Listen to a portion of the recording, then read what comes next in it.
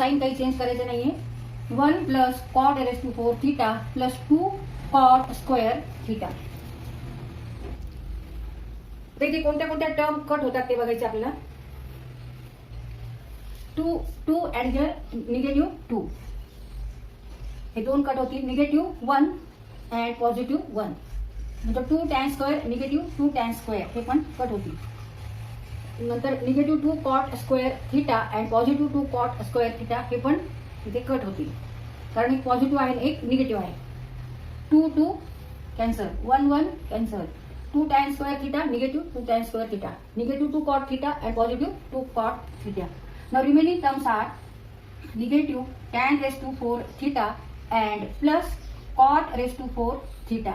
Means cot raised to 4 theta minus tan raised to 4 theta, and which is equal to RHS sine. Therefore LHS equal to RHS.